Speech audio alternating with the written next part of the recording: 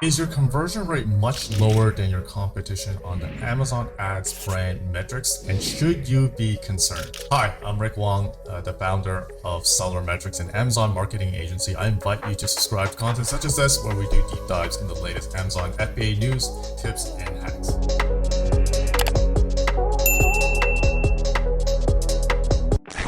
So this video, we're going to talk a little bit about the brand metrics report and how we can actually look at the data and compare your brand data to the category medium.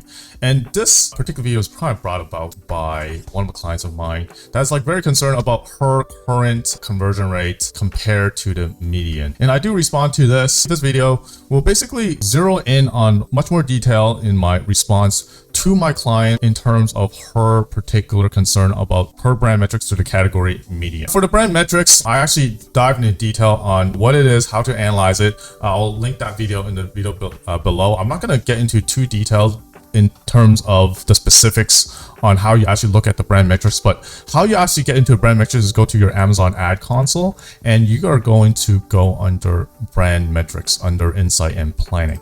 And here you could also dig in and dig out on a specific category.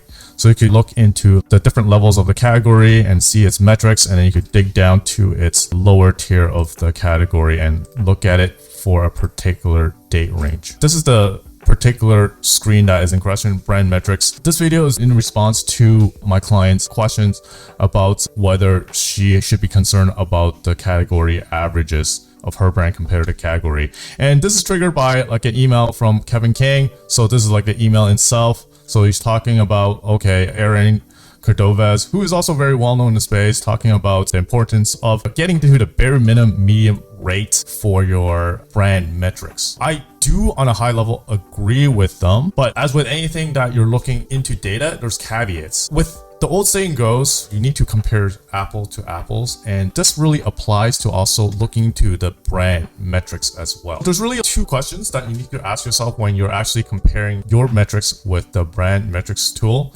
before you panic or invest any resources and time to make improvements to your listing to hopefully increase your conversion rate to your category median. The first question that you need to ask yourself is that, are you actually picking the right category? So if I'm actually choosing the category, so under my brand, I could actually select different categories: cameras and photos and power accessories and power converter. So you need to, number one, ask yourself, you need to know the category that you are referencing is accurate. So for example, if I want to reference this product right here, like kitchen knives, am I selecting kitchen knives right here?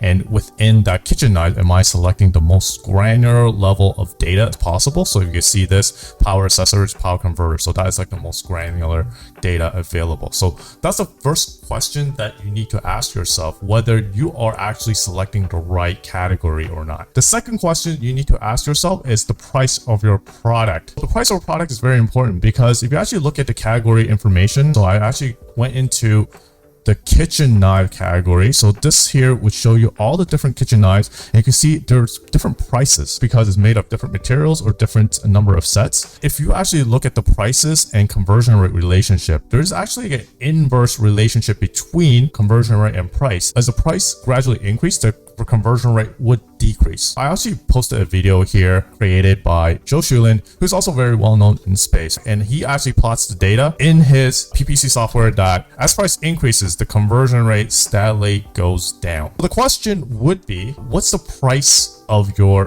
product compared to the category average? So you can easily find the category average here. If you go to Helium 10, and if you do the price research on that category itself, and if you scrape all the particular prices of the category, and it could come up with the average price. So if your product is well above the average price of $28, you could bet that your category, if you actually go to the category medium right here, would be much lower than your medium category if your pricing is higher than the medium.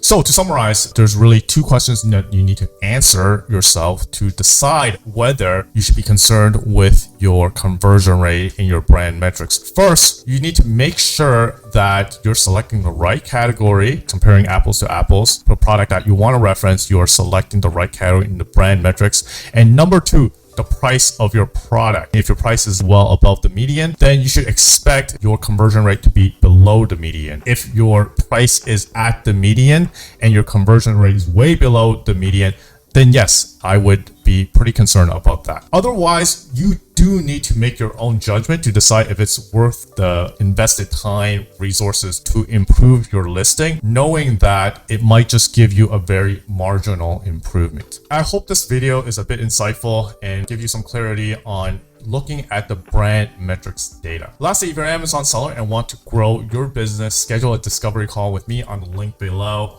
We are an Amazon marketing agency that helps our clients grow their business profitably. Until the next time, keep selling, keep hustling, and I'll catch you in the next video. This is Rick signing off.